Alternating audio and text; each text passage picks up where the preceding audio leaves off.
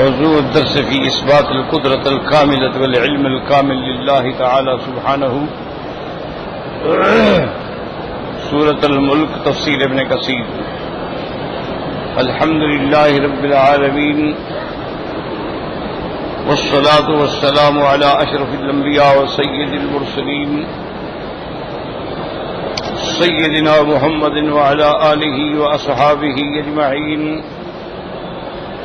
اللهم صل على سيدنا محمد وعلى آل سيدنا محمد كما صليت على إبراهيم وعلى آل إبراهيم في العالمين إنك حميد مجيد. أعوذ بالله من الشيطان الرجيم. بسم الله الرحمن الرحيم. تبارك الذي بيده الملك وهو على كل شيء قدير. الذي خلق الموت والحياة ليبلوكم أيكم أحسن عملا وهو العزيز الغفور.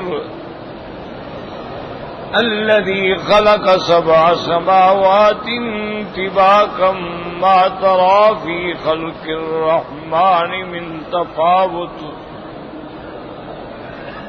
فارجع البصر هل ترى من فتور ثم ارجع البصر كرتين ينقلب إليك البصر خاسئا وهو حسير.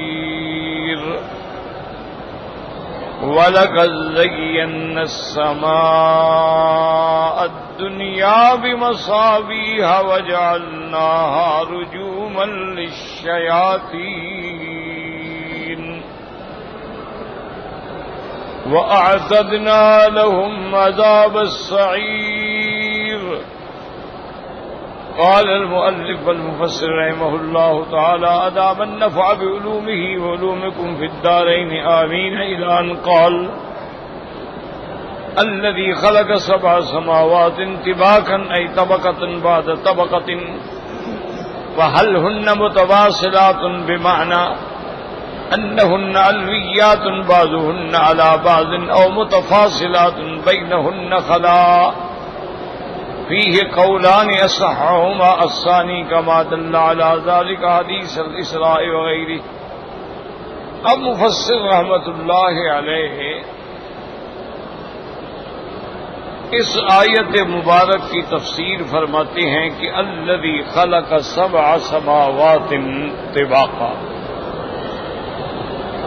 کہ وہ ذات جس نے بنایا آسمانوں کو طباقاً مانا ایک دوسرے کے اوپر طبقاً طبقاً طبقاً. تو پہلی بات تو یہ سمجھیں کہ دنیا کے اندر کچھ لوگ ایسے بھی پیدا ہوئے ہیں جو بالکل سماوات کا، آسمانوں کے وجود کے ہی منکر ہیں. وہ کہتے ہیں کوئی آسمان نہیں.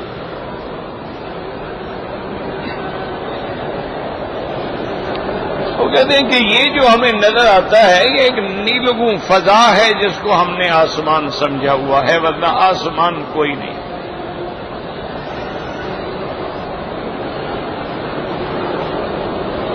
لیکن یاد رکھیں کہ جو صحیح بات ہے، جس پر سابقہ کتب بھی گواہ ہے، یعنی تورات ہے، انجیل ہے، زبور ہے، صحائف ہیں، اللہ کا قرآن ہے، ان سب میں یہ بات واضح بالکل کھلی ہوئی ہے کہ آسمان ہیں.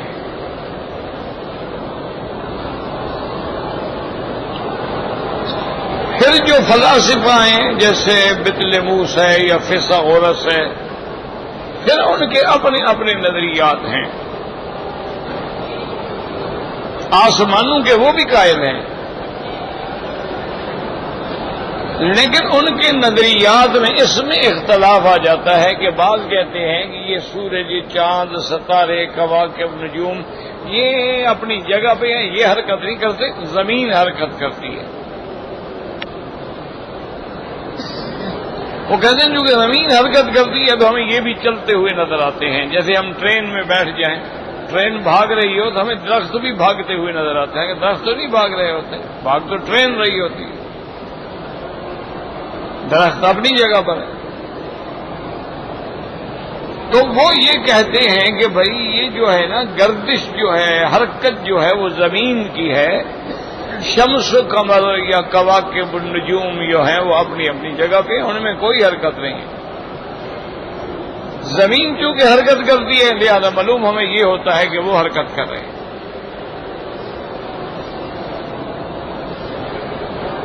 اور جب زمین کا حصہ چاند کے سامنے آ جاتا ہے چاند بے نور ہو جاتا ہے,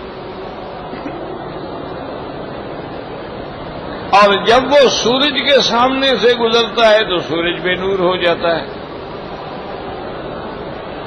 اسی طرح رات دن ہے, وہ کہتے ہیں یہ ساری زمین کی حرکت ہے, شمس و قمر کی حرکت نہیں ہے. اچھا, اسی طرح ان کا ایک دوسرا گروہ ہے, وہ کہتے ہیں کہ ٹھیک ہے زمین بھی حرکت کرتی ہے اور یہ شمس و قمر اور کواکب و نجوم جو ہے یہ بھی حرکت کرتے ہیں. وہ کہتے ہیں زمین بھی حرکت کر رہی ہے اور یہ بھی حرکت کر رہے ہیں. ہاں جو ثوابت ہیں وہ کہتے ہیں کہ بعض سیارات جو ہیں ان کو کہا جاتا ہے ثوابت, یعنی وہ اپنی جگہ پہ ثابت ہے, وہ حرکت نہیں کرتے.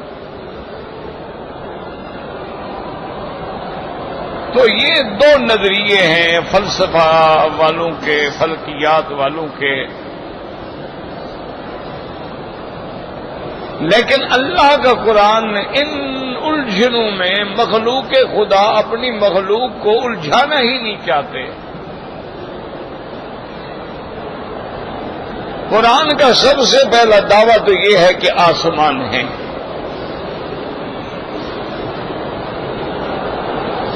اور دوسرا قرآن کا یہ بھی دعویٰ ہے کہ آسمان 7 ہیں.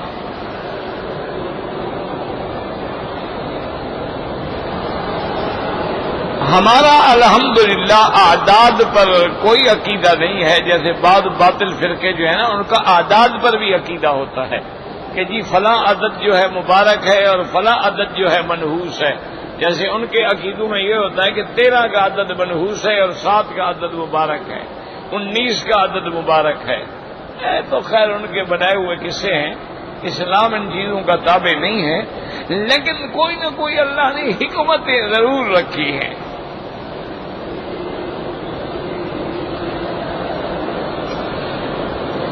کیوں؟ اس کی وجہ یہ ہے کہ جب ہم غور کرتے ہیں کہ بھی آسمان بھی 7 ہیں اور زمینیں بھی 7 ہیں اور اللہ کے گھر کے طواف کے چکر بھی 7 ہیں, صفا مروہ میں دوڑنے کے چکر بھی 7 ہیں, اور انسان بھی 7 اعضاء پہ سجدہ کرتا ہے.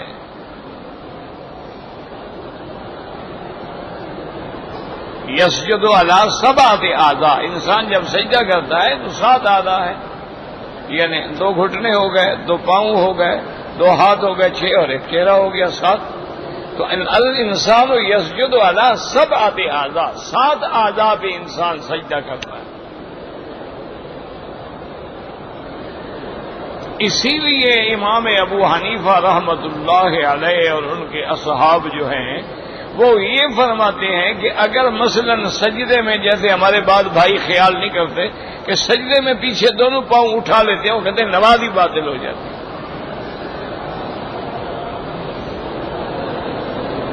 جب آدمی سجدہ کرے تو پاؤں بھی زمین پہ ہونے چاہیے, نہ کہ پیچھے سے پاؤں اٹھ جائیں. اگر پاؤں اٹھ گئے تو مقصد یہ ہے کہ 2 چیزوں نے تو سجدہ ہی نہیں کیا, سجدہ نہ ہوا, نماز نہ ہوئی. کیونکہ 7 اعضاء پہ سجدہ کرنا ضروری ہے, اور یہاں ہم لوگ خیال ہی نہیں کرتے ان باتوں کا. سجدہ کر رہے ہیں, پاؤں اٹھائے ہوئے ہیں, پرواہ ہی نہیں.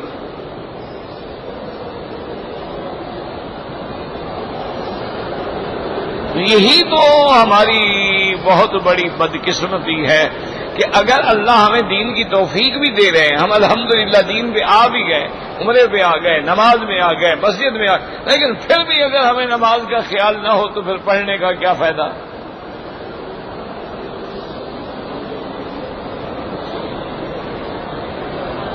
اب کتنے بھائی ہمارے عمرے پہ آتے ہیں، او جی ہم عمرے پہ آئے، احرام کی چادریں سامان میں چلی گئیں، ہم نے پھر احرام جو ہے یہاں جدے سے باندھا، کوئی کہتا ہے مسجد عائشہ سے باندھا، کوئی کہتا ہے جی ہوٹل میں آ گیا، پھر ہم مسجد عائشہ سے گئے، یعنی عمرے پر آئے، عمرہ نہیں جانتا۔ تو یہ کتنی بدقسمتی کی بات ہے کہ مانا یہ ہے کہ ہم روٹین پوری کر رہے ہیں، ہمیں عمرے کا یا کسی قسم کا احساس کوئی نہیں ہے، بس ایک دکھلاوا ہے، لوگ سمجھے ماشاءاللہ جی ہر سال عمرے پہ جاتا ہے، یہ پتہ نہیں کہ اس کو ابھی تک طواف کرنا بھی نہیں آتا ہے،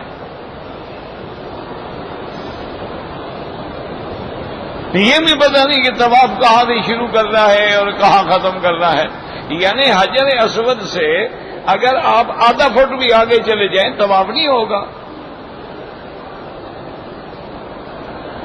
اگر حجر اسود سے آپ نے 1 میٹر پہلے نیت کر لی، اشارہ کر لیا، تب بھی طواف نہیں ہوگا۔ اس کے لیے تو ضروری ہے کہ آپ ایسے کھڑے ہوں کہ آپ کا کندھا جو ہے حجر اسود کے کنارے کے برابر ہو، پھر آگے جا کے پھر بسم اللہ اللہ اکبر وللہ الحمد کہیں، ضرورت ہی نہیں ہے، ورنہ اگر سیکھنا چاہیں کیا مشکل ہے؟ حجر اسود کے بعد جا کے کوئی آدمی، کوئی پڑھا لکھا بندہ، کوئی آگ کا کیسے نیت ہوتی ہے، ذرا مجھے دکھا دو، سمجھا دو، 1 منٹ کی بات ہے، کوئی مشکل تو نہیں ہے نا، کوئی کام مشکل تو نہیں ہے نا۔ اچھا بعد کھڑے ہوں گے تو اللہ اکبر اللہ اکبر اللہ اکبر، یہ کون سی شریعت ہے بھائی؟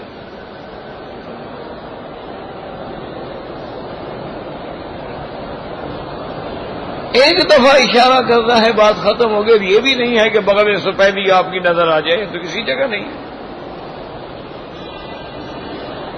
عورت سینے تک ہاتھ رکھے، مرد کندھے کے برابر، اللہ اکبر، بس۔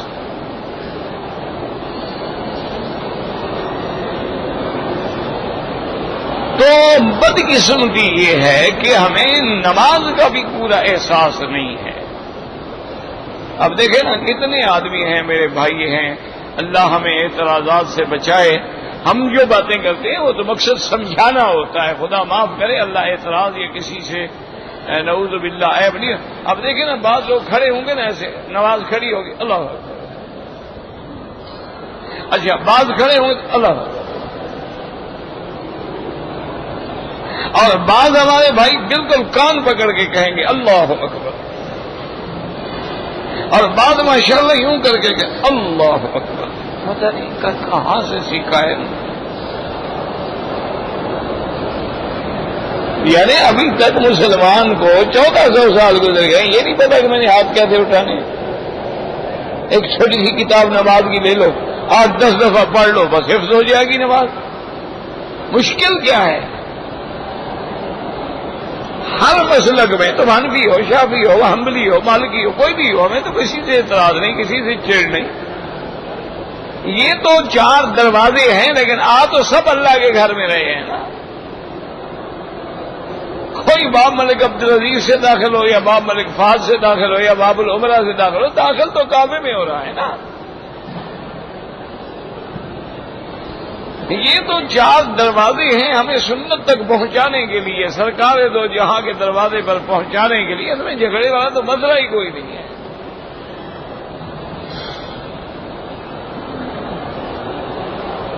تو اگر آدمی چھوٹی سی ایک نماز کی کتاب لے لے، اچھا مترجم کتابیں بھی ملتی ہیں تاکہ جو نماز میں عربی لفظ ہیں تمہیں اس کا ترجمہ بھی آ جائے،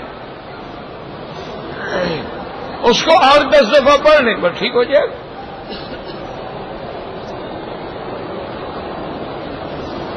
کہ بھئی ہم نے جب ہاتھ اٹھانے ہیں تو حضور کی حدیث مبارک میں یہ اس کے برابر بھی ہے اور اس کے برابر بھی ہے اور اس کے برابر بھی ہے،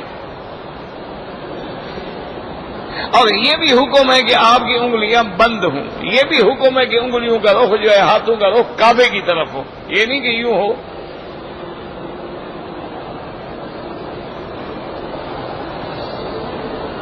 اور یہ بھی حکم ہے کہ جب ہاتھ رکھو تو دائیں ہاتھ کی جو یہ ہتھیلی ہے یہ بائیں ہاتھ کے اس گٹے کے اوپر ہو،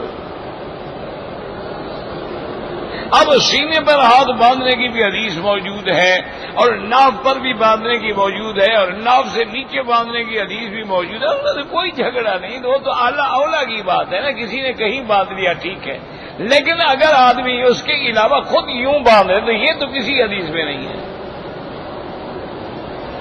یہ کسی حدیث میں نہیں. اس جگہ کو پکڑو.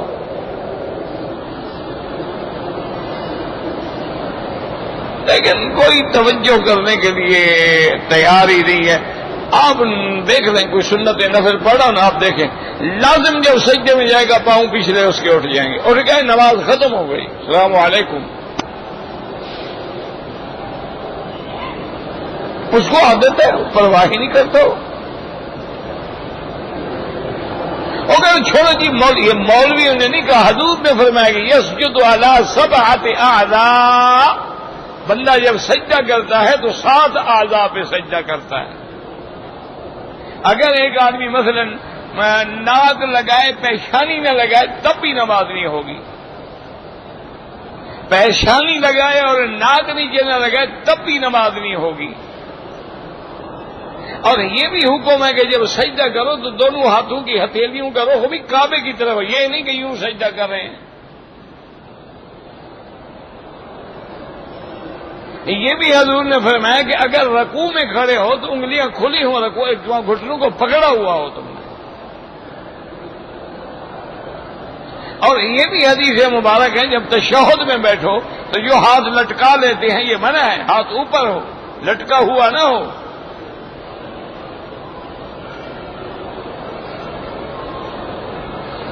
تو اچھا, اسی طرح یہ بھی حکم ہے کہ جب نفی اس بات آئے گا اشہد اللہ الہ الا اللہ, غیر اللہ کی نفی کریں گے, اللہ کا اس بات کریں گے.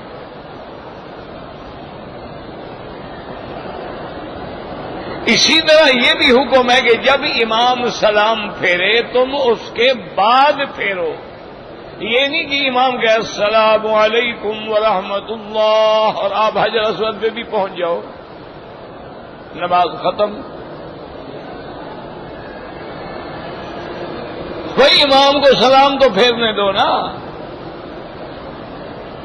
یہ جلدی سے اپنا پھیر کے بھاگ جائیں گے. اور حضور نے فرمایا جو لوگ امام پہ سبقت کریں, یعنی امام سے پہلے سجدہ کر لیں یا پہلے سر اٹھا لیں, حضور نے بد دعا دی. فرمایا ان یحول اللہ راسہ راس حمار, خدا کرے اللہ اس کے چہرے کو گدھے کا چہرہ بنا دے.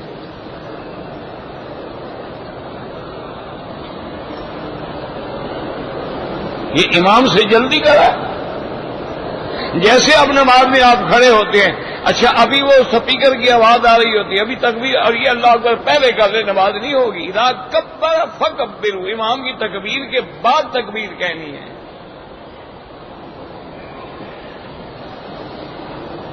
تو میرے عرض کرنے کا مقصد یہ تھا کہ خدا کے لیے مہربانی کریں, ہمیں کسی سے جھگڑا نہیں ہے. تمام ائمہ اربعہ برحق ہیں, اللہ ان کی قبروں پہ کروڑوں رحمتیں کرے. باقی فرق اتنا ہوتا ہے کہ جس آدمی نے جس امام کی کتابیں پڑھی ہوتی ہیں, اس کے دلائل اس کے پاس ہوتے ہیں, تو وہ اس کو ترجیح دیتا ہے. مثلا اب دیکھیں نا جی کہ امام شافعی آ گئے مصر میں, تو وہاں سب شافعی ہو گئے. ان کی کتابیں انڈونیشیا میں آ گئی تو سب شافعی المسلک ہو گئے. اب امام ابو حنیفہ رحمۃ اللہ علیہ جو ہے وہ کوفے میں, اور اس کے بعد جو ہے ماورا نہر میں, یعنی یہ جتنی ریاستیں آپ کی ہیں, تاجکستان ہے, سمرقند ہے, بخارا ہے, وہ ہے, ماورا نہر ہے, ہندوستان ہے, بنگلہ دیش ہے, پاکستان ہے, یہاں سب فقہ حنفی پہنچی تو وہ لوگ حنفی ہو گئے. اس میں جھگڑے کا تو کوئی مسئلہ ہی نہیں ہے. یعنی امام بخاری رحمت اللہ علیہ بخارا میں پیدا ہوئے ہیں, خرطنک میں آپ دفن ہوئے ہیں. تو امام بخاری کا جو اپنا شہر ہے نا, اپنا علاقہ ہے, وہ وہاں سب حنفی ہیں. آپ یہاں دیکھیں بخاری, اور سخت حنفی, حنفی بھی شدید قسم کے حنفی, جیسے ترکی ہے, ترکی یہ سخت حنفی ہے, کوئی ان میں لچک وچک نہیں. اسی طرح بخاری حضرات ہیں وہ حنفی اور پکے اور ٹھیٹ حنفی, دوسری بات سننے کے لیے بھی تیار نہیں. حالانکہ امام بخاری وہاں پیدا ہوئے لیکن ان کی فقہ نہیں چلی وہاں، کیونکہ امام بخاری محدث تھے، فقیہ، ان کا فقہ سے واسطہ نہیں تھا، وہ تو محدث تھے، وہ تو امام فی الحدیث تھے۔ اسی لیے امام ترمذی ان کے شاگرد ہیں، فقہی مسئلہ کوئی آئے ایک مسئلہ بھی انہوں نے امام بخاری سے نہیں لیا، ساری ترمذی کھول کے پڑھ لیں۔ قال محمد یعنی محمد بن اسماعیل البخاری راوی پر پوچھے گا کہ یہ راوی ضعیف ہے، یہ راوی درست ہے، یہ حافظ ہے، یہ ثقہ ہے، یہ سند ٹھیک ہے، یہ سند ٹھیک نہیں ہے، یہ بات تو امام صاحب سے پوچھے گا اپنے استاد سے، لیکن فقہی مسئلہ نہیں پوچھے گا۔ اس کو پتہ تھا میرا استاد فقیہ نہیں ہے، محدث ہے۔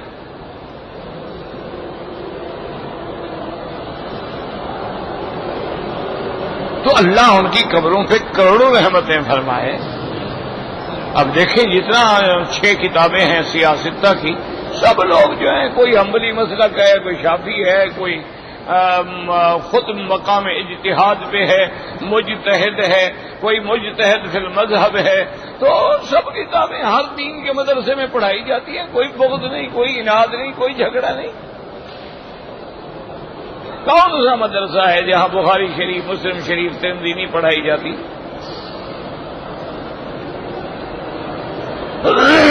تو اس لیے میری درخواست ہے کہ مہربانی کر کے نماز کی کتابیں مل جاتی ہیں، اور چھوٹی چھوٹی کتابیں ہیں، اتنا بڑا مسئلہ بھی نہیں ہوگا انشاءاللہ۔ اردو میں بھی ہیں، انگریزی میں بھی ہیں، بنگالی میں بھی ہیں، برما میں بھی ہیں، فارسی میں بھی ہیں، ان کو آپ لے لیں اور ان کو ایک دفعہ نہیں 8-10 دفعہ پڑھو۔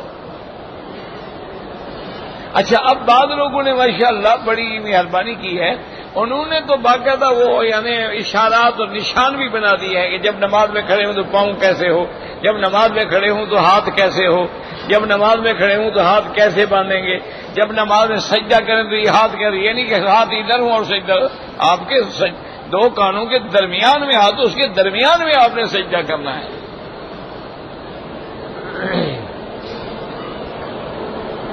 تو اس کا فائدہ یہ ہوگا کہ نماز صحیح ہو گئی تو بس سبحان اللہ۔ عمرہ تو نفلی عبادت ہے نا، پہلے فرض نماز تو اپنی صحیح کرو۔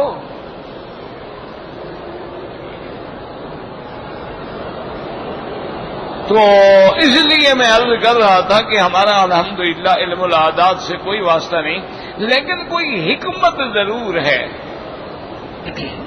کہ اللہ نے آسمان 7 بنائے ہیں، زمینیں بھی 7 بنائی ہیں، طواف کے بھی 7 چکر ہیں، صفا مروہ میں بھی 7 عدد ہیں، اور سجدے میں بھی 7 اعضاء ہیں، اور اللہ کی شان دیکھیں کہ جہنم کے بھی 7 دروازے ہیں۔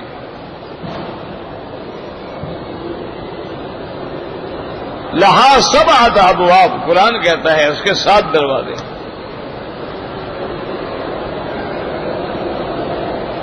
تو بہرحال اس میں حکمت ہے اللہ کی کہ جب آدمی ان 7 احکام پہ عمل کرتا ہے، اللہ اس کے لیے جہنم کے 7 دروازے بند کر دیتے ہیں، یعنی وہ جہنم سے بچ جاتا۔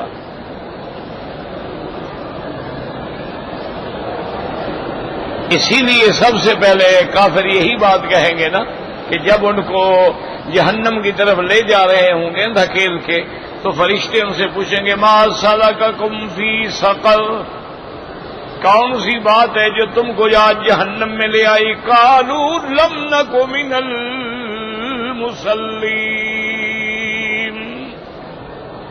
وہ کہیں گے بھائی ہم وہ سجدے کرنے والوں میں نہیں تھے، نماز پڑھنے والوں میں نہیں تھے۔ اس کا جب وہ نماز پڑھتے تو یہ دروازے بند ہوتے، وہ ہم نے نہیں پڑھی تو پھر جہنم ہی ٹھکانہ ہے اور کہاں ملے گا؟ تو پہلی بات وہ یہی کہیں گے قالوا لم نک من المصلین ولم نک نطعم المسکین، اور ہم مسکینوں کو کھانا بھی نہیں کھلاتے تھے۔ اب یاد رکھو کہ ادھر نماز ادھر کھانا، اس کا کیا تعلق ہے آپس میں؟ لم نک من المصلین، مانا یہ ہے ہم اللہ کا بھی حق ادا نہیں کرتے تھے، وَلَمْ نَكُ نُطْعِمُ الْمِسْكِينَ، اور ہم بندوں کا حق بھی ادا نہیں کرتے تھے، نہ ہم نے حقوق اللہ کا خیال کیا، نہ ہم نے حقوق العباد کا خیال کیا کیا كُنَّا نَخُوضُ مَعَ الْخَائِضِينَ، اور جو لوگ جیسے بیٹھ کے باتیں کرتے ہم بھی ان میں مل جاتے، ہم بھی ان میں شامل ہو جاتے تھے، وَكُنَّا نُكَذِّبُ بِيَوْمِ الدِّينِ، اور ہم اس قیامت کے دن کی تکذیب کرتے تھے، جھٹلاتے تھے، حَتَّى أَتَانَا الْيَقِينُ، موت آ گئی، گھڑی آ گئی موت کی۔ اللہ کی شان دیکھیں گے جناب تو اس میں اللہ کی حکمتیں ہیں۔ تو قرآن میں کیا کہتا ہے، اسلام کیا کہتا ہے کہ آسمان ہیں اور ساتھ ہیں، یاد رکھو۔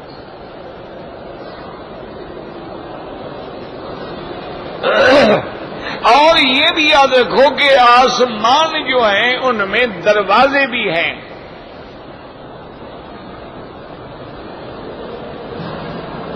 دروازے کھلتے بھی ہیں بند بھی ہوتے ہیں۔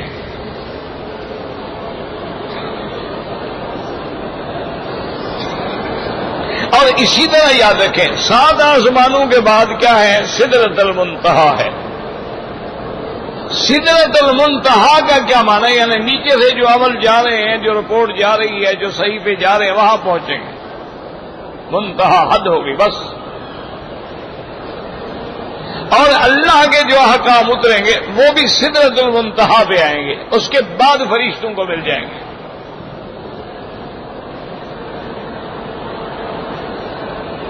وہی اللہ کی جنت بھی ہے، اندہا جنت المأویٰ۔ اور یہ بھی یاد رکھیں کہ ان 7 آسمانوں کے بعد پھر کرسی ہے، اور وہ کرسی جو ہے وہ کتنا بڑی ہے، وسع کرسیہ السماوات والارض، یہاں جنس السماوات ہے، جنس الارض ہے، یعنی 7 زمینیں 7 آسمان اگر بچھا دو کرسی ان سب سے بڑی ہے۔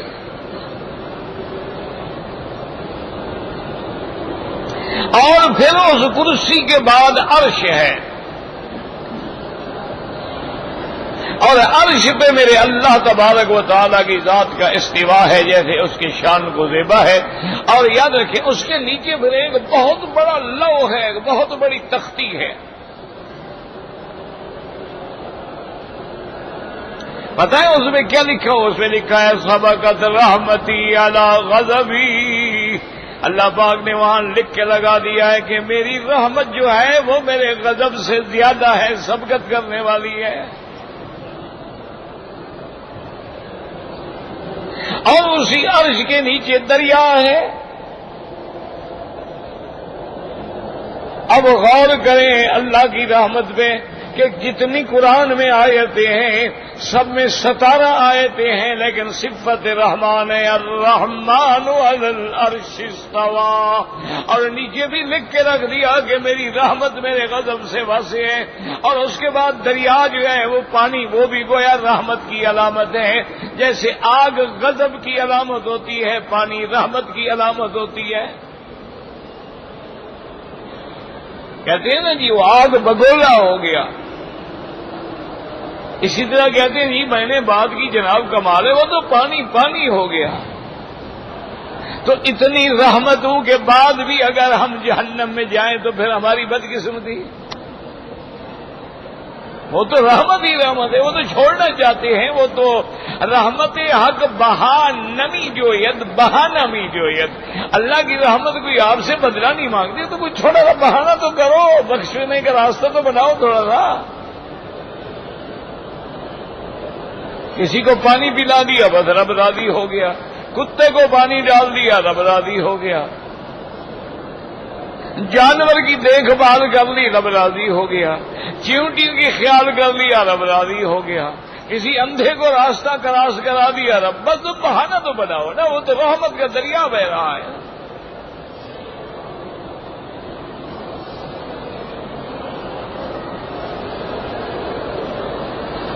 اور اسی طرح دیکھیں کہ یہ جو بارش آتی ہے نا، بارش برستی ہے، اس کے بھی دو چیزیں یاد رکھو. کبھی تو براہ راست آسمانوں سے برستی ہے.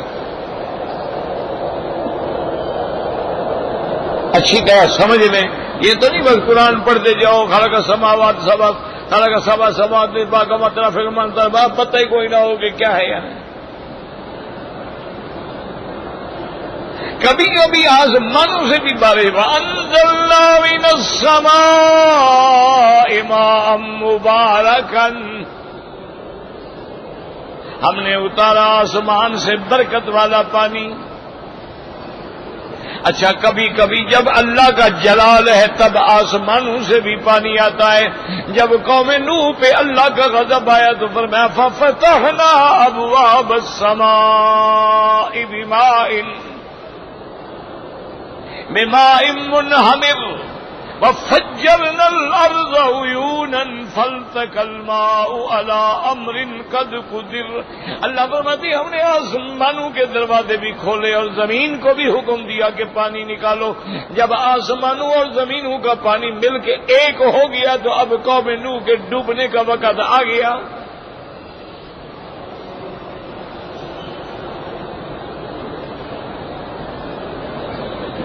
اور کبھی پانی جو ہے بارش کا وہ بادلوں سے برستا ہے. بادل کیا ہوتی ہیں؟ یہ ہوائیں آ کے نیچے سے ذرات لے کے جاتی ہیں جو اوپر جا کے بادل بنتے ہیں. اس لیے قرآن فرماتا ہے انتم انزلتموہ من المزن ام نحن المنزلون، ان بادلوں سے پانی تم اتارتے ہو کہ ہم اتارتے ہیں؟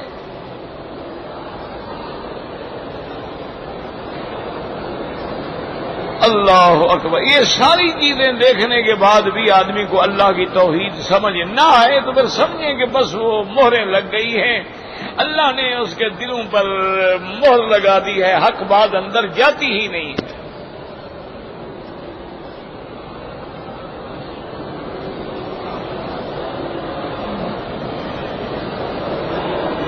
تو اب وہ بادل جو ہیں ان سے بھی پانی برستا ہے. تو یاد رکھیں ایک مسئلہ کیا ہوا، ایک تو 7 آسمان ہیں، دوسرے آسمانوں میں دروازے ففتحنا، اللہ فرماتے ہم نے دروازہ کھولے.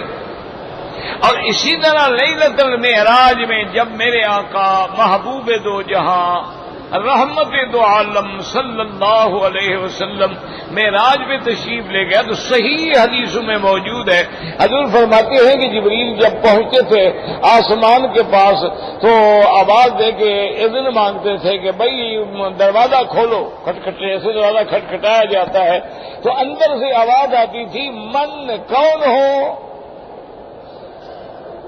تو جبریل کہتے تھے انا جبرائیل، میں اللہ کا فرشتہ جبریل ہوں. تو وہ پھر پوچھتے من معاکا، تمہارے ساتھ اور کون ہے؟ تو جبریل علیہ السلام کہتے کہ محمد الرسول اللہ صلی اللہ علیہ وسلم. مسلمانوں اسی سے عقیدے ٹھیک کر لو. معلوم ہوا کہ فرشتے بھی عالم الغیب نہیں ہیں. پتہ ہو تو دروازے پہ جو کھڑا ہے اس کا بھی پتہ نہیں کہ کون کھڑا ہے.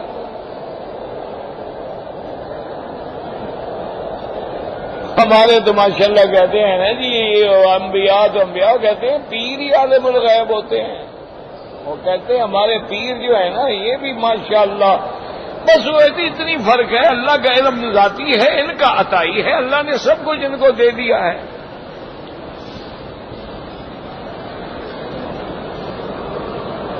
فرشتوں کو نہیں دیا ہے جو کبھی نافرمانی نہیں کرتے، ان کو دے دیا ہے. کوئی عقل کی بات بھی ہے، یعنی اللہ نے عقل چھینی ہے نا، جب مہر لگ جاتی ہے نا بات سمجھ ہی نہیں آتی. ختم اللہ علی قلوبہم وعلی سمعہم وعلی ابصارہم غشاوۃ ولہم عذاب عظیم. پھر سمجھ ہی نہیں آتی. ورنہ اگر اللہ راضی ہو اور آنکھوں پہ پردے نہ ہوں تو معمولی بات. ایک دن امام راضی جو بہت بڑا امام ہے، امام المعقولات ہے اور تفسیر کا بھی بڑا آدمی ہے، ان کو کھڑے کھڑے خیال آ گیا. امام راضی کہتے ہیں مجھے خیال آیا کہ بھئی الحمدللہ میں تو اتنا بڑا عالم ہوں اور میں قرآن حدیث کے دلائل جمع کرتا ہوں اللہ کی توحید پر، یہ جو بیچارے جاہل لوگ ہیں ان کو کیا پتا ہوگا توحید کے دلائل کا. جن بیچاروں نے کبھی قرآن شریف بھی نہیں پڑھا، اس غریب کو جو کہو بھی توحید پہ کوئی دلیل دو، تو غریب کیا کرے گا؟ کہتے خیال آ گیا، میں سڑک پہ کھڑا تھا، ایک آدمی آ رہا تھا، اس کے کندھے پہ بہار پڑی تھی، پیچھے اس کے اونٹ آ رہا تھا اور وہ جناب گنگنا رہا ہے اس کے آگے، اور اونٹ چلا رہا ہے۔ میرے قریب آیا، میں نے اشارہ کیا، وہ رک گیا، نے کہا السلام علیکم، اسے کہا وعلیکم السلام۔ مجھے تسلی ہو گئی، ہے تو مسلمان نہ ہوتا تو وعلیکم السلام کیسے کرتا؟ میں نے کہا ماشاءاللہ تم مسلمان ہو، اللہ کو مانتے ہو؟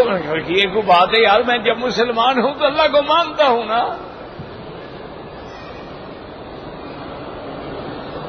میں نے کہا میرا بھائی بات سنو، ایک بات بتاؤ کہ اللہ جو ہے موجود ہے؟ اس نے کہا جی بالکل اللہ موجود ہے، ہمارا ایمان ہے۔ میں نے کہا تمہارے پاس بھی دلیل ہے کہ خدا کہاں ہے؟ خدا کے وجود پہ کوئی دلیل ہے کہ خدا، تم کہتے ہو خدا ہے تو کہاں ہے؟ کیا دلیل ہے؟ وہ کہتے انہوں نے مجھے بڑے غور سے دیکھا، اس کی آنکھیں بھی سرخ ہو گئی، میں ڈر تو گیا، میں نے کہا ہاتھ میں بھی لکڑی ہے اس کے؟ تو اس نے کہا مولوی صاحب یہ داڑھی سفید دھوپ میں کی ہے، معلوم ہوتا ہے تم نے؟ میں نے کہا وہ کیسے؟ اس نے کہا دیکھو یہ جو ہے نا، یہ اونٹ کی لید جو پڑی ہے، یہ اگر پڑی ہو البعرۃ تدل علی البعیر، جب ہم اس کو دیکھتے ہیں ہم کہتے ہیں بھی اونٹ گزرا ہے، یہ اونٹ کا بھی یعنی براد ہے، اور اگر مینگنیاں ہوں تو ہم کہتے ہیں ہاں یہاں سے بکریاں گزری ہیں، اور اگر اور چیز، تو اگر ایک مینگنی بکری کے وجود پہ دلالت کر رہی ہے اور ایک اونٹ کا لید جو ہے بارہ جو ہے وہ بعیر پہ دلالت کر رہا ہے، انہوں نے کہا مولوی صاحب یہ سارا زمانہ آسمان زمین یہ خدا پہ دلالت نہیں کر رہا، خدا کی دلیل پوچھتے ہو؟ یہ کیا ہے؟ انہوں نے کہا اتنی چھوٹی سا پارا ہے اسے سمجھ آ جاتی ہے بھی یہ اونٹ کا ہے، اتنی چھوٹی سی مینگنی ہے سمجھ آ جاتی ہے بکرے کی ہے۔ یہ چھوٹی چھوٹی چیزیں اپنے وجود کے، اپنے مالک کے وجود پہ دلالت کر رہی ہے، سارا نظام کائنات جو ہے وہ خدا پہ دلالت نہیں کر رہا۔ وہ کہتا ہے میں نے کہا بھی ماشاءاللہ ہم سمجھتے تھے کہ ان کو پتہ نہیں، لیکن واقعی یہ تو خدا کی دلیل اتنی بڑی مضبوط لے آیا ہے کہ میں مولوی بھی ایسی دلیل نہیں لے آ سکتا۔ وہ کہتے وہ گزرا تو ایک اور جٹ آ گیا، اس کے کندھے پہ بھی جناب چھوٹی تھی، وہ آیا، میں نے اسے پوچھا کہ اسے کہا نہیں مسلمان، میں خدا کو مانتا ہوں۔ میں نے اس نے کہا اچھا یہ بتاؤ خدا کے وجود پر تمہارے پاس دلیل کیا ہے؟ لاٹھی سی دی، ابھی تمہارا سر توڑ کے بتاتا ہوں کہ کیا دلیل ہے۔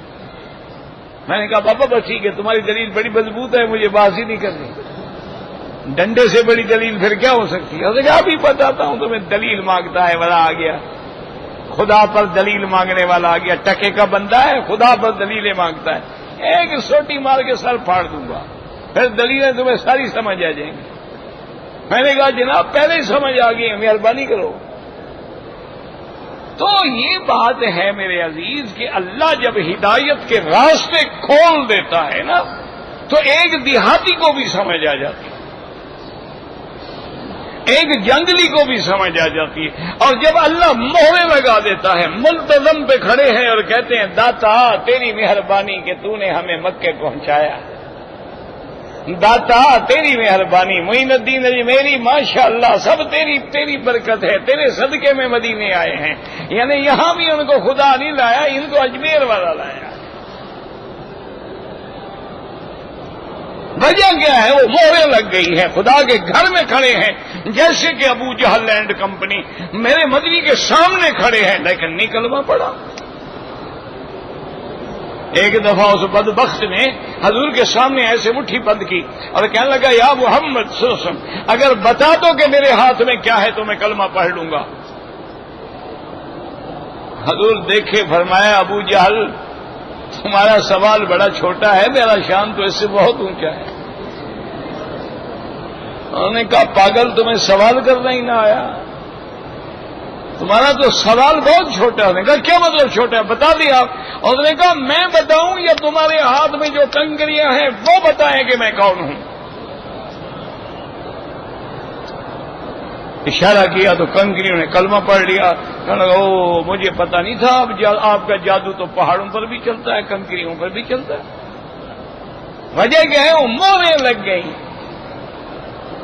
انہوں نے خود مطالبہ کیا تھا کہ یا رسول اللہ آپ ہمیں ایسا معجزہ دکھائیں زمین سے تعلق نہ ہو آسمان سے ہو، پھر ہم کلمہ پڑھ لیں گے۔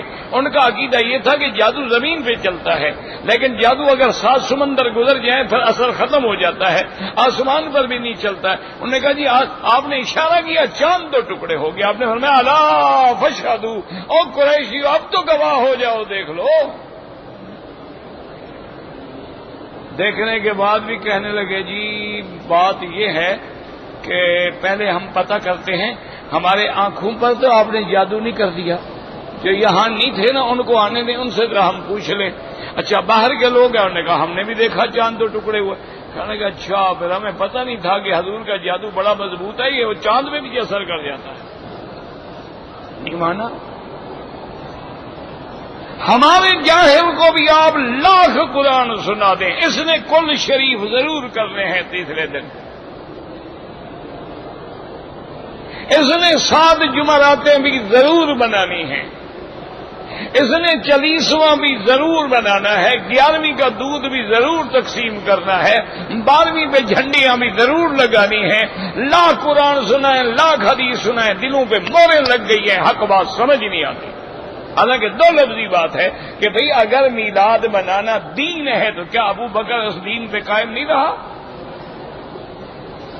حضرت عمر، حضرت عثمان، حضرت علی، اہل بیت رسول اللہ، سیدہ فاطمہ، سیدنا حسن، سیدنا حسین، امام باقر، امام جعفر صادق، امام زین العابدین، ان سب کو پتہ نہیں تھا کہ میلاد منانا دین ہے؟ لیکن نہیں، جو نہ منائے وہ وہابی، جو میلاد کی جھنڈیاں نہ لگا، دیکھا نا جی نبی کے نام سے جلتے ہیں جی، ہم تو خوشیاں منا رہے ہیں ماشاءاللہ، اور خوشیاں کب منا رہے ہیں؟ 12 ربیع الاول کو جب حضور وفات ہوئی ہے۔ قیامت میں چلو گے پتہ لگ جائے گا انشاءاللہ۔ حضور کی پیدائش تو 12 کو ہے ہی نہیں، حضور کی پیدائش تو 9 ربیع الاول کو ہے، 12 کو تو وفات ہے۔ ہم وفات والے دن جھنڈیاں لگا رہے ہیں، خوشیاں لگا رہے ہیں، خوشیاں منا رہے ہیں، عجیب قوم ہے، اس کا کیا علاج ہے؟ وہ کہتے ہیں نا کہ انگریز وائسرائے آیا نا، پرانے دور کی بات ہے، جب ان کی حکومت تھی پورے ہندوستان پہ، تو وہ لاہور میں جب آیا تو وہ قدرتی طور پہ 10 محرم کا دن تھا، تو لوگوں نے کالے کپڑے پہنے ہوئے ہیں اور مار رہے ہیں اور ماتم کر رہے ہیں اور لوہا مار رہے ہیں اور پتہ نہیں کیا کیا مار رہے ہیں۔ وہ جو اترا اس نے دیکھا، وہ تو پاگل ہو گیا، اس نے اپنے ڈی سی سے پوچھا کہ یہ لوگ کیا ہے، ان کو میرا آنا جو ہے ناپسند ہے، اس لیے احتجاج کر رہے ہیں، میں واپس چلا جاتا ہوں، یار ان کو کہو خود کو تو نہ مارے۔ اس نے کہا جناب یہ آپ کے خلاف احتجاج نہیں کر رہے، یہ اپنے ہیرو کا ماتم کر رہے ہیں، غم منا رہے ہیں سیدنا حسین کا۔ انہوں نے کہا اچھا سیدنا حسین کب شہید ہوئے؟ انہوں نے کہا جناب ان کو تو 1200 سال گزر گئے۔ انہوں نے کہا اچھا لاہور میں شہید ہوئے؟ انہوں نے کہا نہیں جناب وہ تو کرب و بلا میں ہوئے تھے۔ اس نے کہا یہ ان کو آج پتہ لگا ہے کہ حضرت حسین شہید ہو گئے؟ انہوں نے کہا نہیں جی ان کو بھی پرانا پتہ ہے۔ انہوں نے کہا پھر اس قوم کا خدا حافظ ہے، یہ ترقی نہیں کر سکتی۔ انہوں نے کہا یہ قوم اپنے ہیرو کو شہید بھی کہتی ہو اور 1100-1200 سال سے ماتم بھی مناتی ہو، اس قوم کو کبھی ترقی نہیں ہو سکتی، یہ آگے بڑھ ہی نہیں سکتے ہیں۔ یہ تو شخصیتوں کی پیداوار ہیں، کبھی اس کی پوجا، کبھی اس کی پوجا، کبھی اس کی پوجا، کبھی اس پہ سجدہ، کبھی اس پہ سجدہ، کھڑے ہیں کھڑے ہیں، پڑے ہیں پڑے ہیں، جو ماپو تو بندے خدا سے بڑے ہیں۔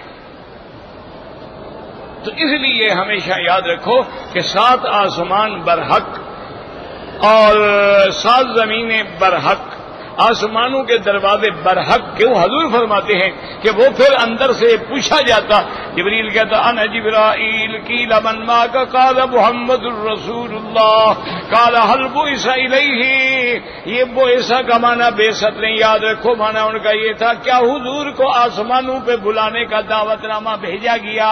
تو حضرت جبریل کہتی ہیں کہ ہاں بھیجا گیا. فرماتے ہیں پھر دروازہ کھلتا تو ہم پہلے آسمان پہ جاتے ہیں.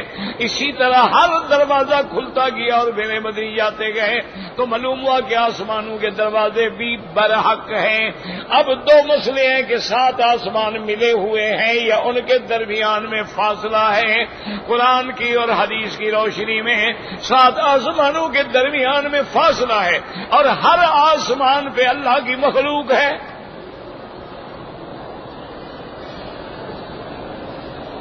اسی لیے قرآن میں آتے اللہ فرماتے ہیں وَقَضَاهُنَّ سَبْعَ سَمَاوَاتٍ اللہ نے 7 آسمان بنایا وَأَوْحَىٰ فِي كُلِّ سَمَاءٍ أَمْرَهَا پھر اللہ نے ہر آسمان پہ اپنا حکم بھیجا. اور میرے پاک نبی رحمت دو عالم محبوب دو جہاں صلی اللہ علیہ وسلم نے ایک دن سر مبارک اوپر اٹھایا. آپ نے فرمایا اَتَّتِ السَّمَاءُ وَحُقَّ لَهَا أَن تَئِتَّ آسمان میں چرچراہٹ کی آواز پیدا ہو رہی ہے اور آپ نے فرمایا ہونی بھی چاہیے کہ ما من موضع قدر شبر الا وملک قائم ساجد یسبح ویقدس للہ. آپ نے فرمایا آسمان پہ ایک بالش کے برابر بھی جگہ خالی نہیں ہے مگر کوئی نہ کوئی اللہ کا فرشتہ جو ہے یا رکوع میں ہے یا سجدے میں ہے اور اللہ کی تسبیح و تقدیس بیان کر رہا ہے. سبوح قدوس ربنا ورب الملائکۃ والروح. اور یاد رکھو کہ اسی طرح سب سے پہلے جب حکم آتا ہے تو وہ سدرۃ المنتہا پہ آتا ہے اور فرشتے سارے کے سارے سجدے میں گر جاتے ہیں. جب ان کو تسکین ہوتی ہے تو پوچھتے ہیں ماذا قال ربکم قالوا الحق. اب وہ پوچھتے ہیں کہ اللہ نے کیا حکم دیا ہے. اب جبریل لیا جس فرشتے کے ذمے چونکہ 4 فرشتے ہیں جو مدبرات ہیں جبرائیل ہے میکائیل ہے اسرائیل ہے اسرافیل ہے. اللہ تبارک و تعالی نے ان کو نظام سارا تقسیم کر کے سپرد کیا ہوا ہے. وہ کہتے ہیں اللہ نے حق فرمائے اور یہ حکم آیا ہے. پھر وہ حکم نیچے آتا ہے آتے آتے آتے ملائے اعلیٰ تک آتا ہے اور اس کے بعد تنفیذ کے لیے پھر ان فرشتوں کو ملتا ہے جن کو قرآن کہتے ہیں والمدبرات امرن اللہ کے حکم سے تدبیر کرنے والے. تو یہ ہمارا ایمان ہے اور اللہ نے ہمیں قرآن میں یہ باتیں واضح سمجھائی ہیں اور اللہ اس پہ ہمیں اور مزید یقین عطا فرمائے.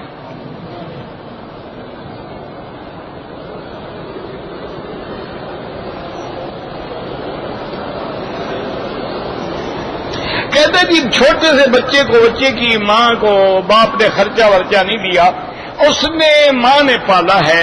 بہرحال وہ باپ گنہگار ہے اور نہیں دے گا تو قیامت میں پکڑا جائے گا. اس کے تمام خرچے کا ذمہ دار باپ ہے. اگر ماں بیچاری کیا کرتی باپ ظالم ہو نہ دے ماں کیا کرے. اس نے کیا ہے اللہ اس کو بدلہ دیں گے جزا دیں گے اور اس کو قیامت میں سزا ملے گی. اگر ہم نے طواف کیا ہے عصر کے بعد تو حنفی مسلک میں 2 رکعت مغرب کے بعد پڑھیں. یہاں کے مسلک کے مطابق ہر وقت جائز ہے. کہتے جی کہ مودودی صاحب نے تفسیر لکھی ہے. بالکل لکھی ہے اللہ ان کی قبر پہ رحمت فرمائے. ایک بات تو یاد رکھو کہ جو لوگ فوت ہو جائیں نا ان کو بلا وجہ اعتراضات کی زد میں نہ لایا کرو. مودودی صاحب کی تفسیر میں بھی بہت بڑی بڑی غلطیاں ہیں لیکن اللہ معاف فرمائے. اب فوت ہو گئے اللہ ان کی مغفرت فرمائے اللہ ان کے درجات بلند فرمائے. دیکھو نا جو آدمی تیرتا ہے وہی ڈوبتا ہے نا. اگر کنارے پہ کھڑا رہے تو کیسے ڈوبے گا. وہ بیچارے بھی تفسیر میں آئے غلطیاں کر بیٹھے اللہ ان کی مغفرت فرما دے. اگر آپ نے ان کی غلطیوں کو سمجھنا ہے تو اس کا بڑا آسان طریقہ ہے کہ تفہیم القرآن کو بھی رکھ لیں معارف القرآن کو بھی رکھ لیں. ایک صفحہ اس کا ترجمہ پڑھو اسی کو پھر ادھر پڑھو. جب انشاءاللہ آپ کوئی 10-12 صفحے پڑھ لیں گے آپ کو پتہ لگ جائے گا کہ کیا کیا غلطی ہے. اگر ہم نے طواف الوداع کر لیا ہے بعد میں وقت مل گیا بالکل نماز پڑھیں طواف کریں کوئی منع نہیں.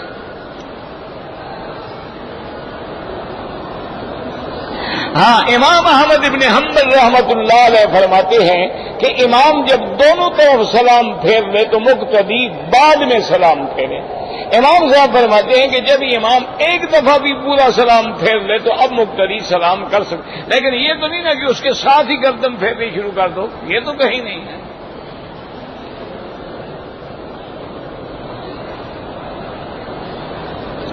بینک میں نوکری نہ کریں، کر رہے ہو دوسری تلاش کرو، جب مل جائے چھوڑ دو۔ ہم نے طواف واجب کی نیت نہیں کی، 2 رکعت نفل یا طواف کچھ تو کیا نا، ہو گئے۔ ہم فرشتوں کا طواف کر سکتے ہیں، وہ گناہ ہی نہیں کرتے، انہیں تمہارے طواف کی ضرورت ہی نہیں ہے۔ تم گناہ گاروں کے لیے کرو، بہت زیادہ شوق ہے میرے لیے کر دیا کرو، اگر میرے گناہ معاف ہو جائیں، وہ تو پاک لوگ ہیں۔ نماز جنازہ میں حنفی مسلک میں پہلے ثنا پھر درود پھر دعا، حنبلی مسلک میں پہلے سے فاتحہ پھر درود پھر دعا۔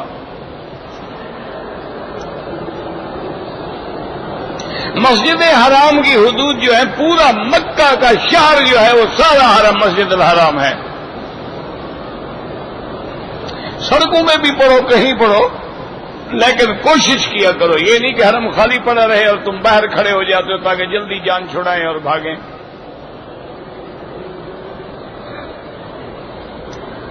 اگر میں بیوی کے ساتھ طواف کر رہا تھا، شہوت کی وجہ سے میرے قطرے نکل گئے، تو بالکل طواف چھوڑ دیں اور دوبارہ غسل کر کے طواف پورا کریں، استغفار کریں۔ اور اگر آپ اتنے کچے ہیں تو بیوی کا ہاتھ نہ پکڑا کریں، آپ فارغ ہے نا بیچارہ۔ اگر گاڑی قسطوں پہ لی جائے وہ جائز ہے۔ ایک بوری کھاد نقد 1000 میں، ادھار 1200 میں، وہ بھی جائز ہے۔ دوران طواف اگر حتیم کے اندر سے گزریں گے وہ چکر شمار نہیں ہوگا۔ اگر طواف کے لیے بیٹھ گیا، دم نکال کے پھر شروع کیا، کوئی حرج نہیں۔ یہ نہیں کہ باہر نکل جاؤ، وہیں بیٹھ جاؤ ذرا کنارے پر۔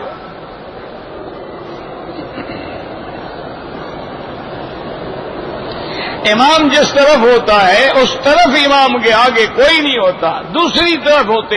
یہ کعبہ شریف ہے، امام اس طرف ہے، اس طرف اگر ہم آگے ہیں، ادھر ہیں تو یہ آگے شمار نہیں ہوتا۔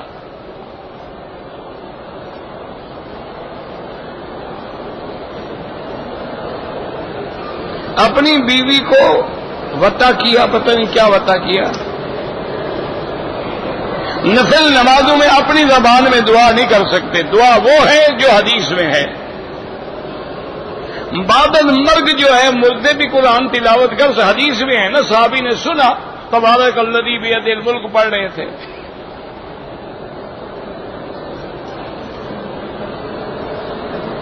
کہتے جی اسرائیل کا ذکر آئے قرآن میں، بالکل، قل یتوفاکم ملک الموت الذی، ملک الموت یہی اسرائیل تو ہے۔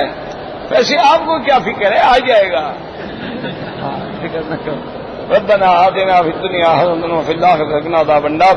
اللهم متعنا باسماعنا وابصارنا واشرح صدورنا واحينا بقواتنا وابقيتنا واجعله الوارث منا واجعل ثارنا على من ظلمنا وانصرنا على من عادانا۔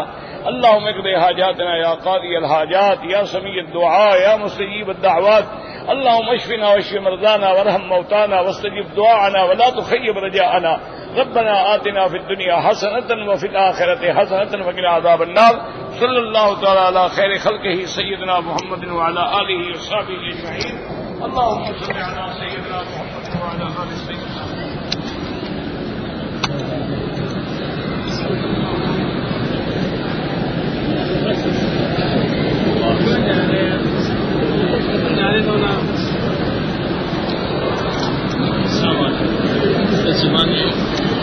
صبح شام تک کوئی سامان لایا دینے کے لیے، تب وہ بھی پھر جانا، تو ان کو ملاقات کرنے کا سفر ہے۔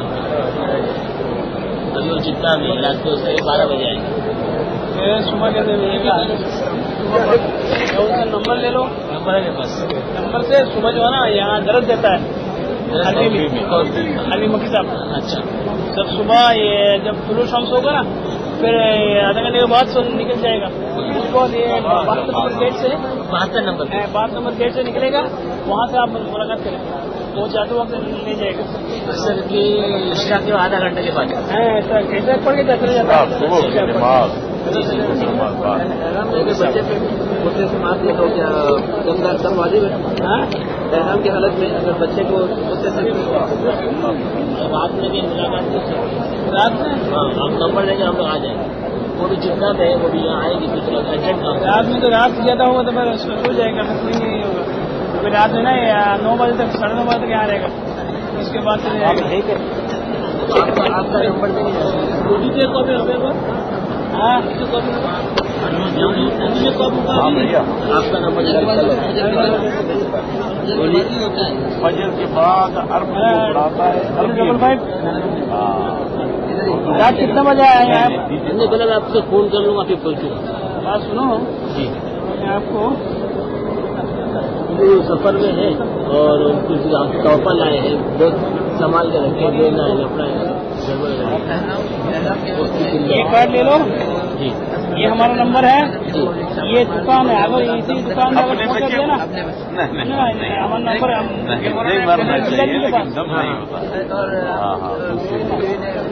کیا چیز لے رہے آپ مکی تک بنی ہے میرا اگر بال بھی ٹوٹ گیا دکان نہیں کرنی چاہیے, اگر بھول کر کے کر دی تو کچھ نہیں دکان ہے. یہ ہے کہ جان بوجھ کے اپنا بال تراشے یا کاٹے 10-11 بجے رہتا اچھا مسئلہ ہم نے اب داڑھی ہماری ہم آرام ہے اس کو ایسے کیا چھوڑے گا تو بال یہ مردہ بال ہے. سب ریکارڈ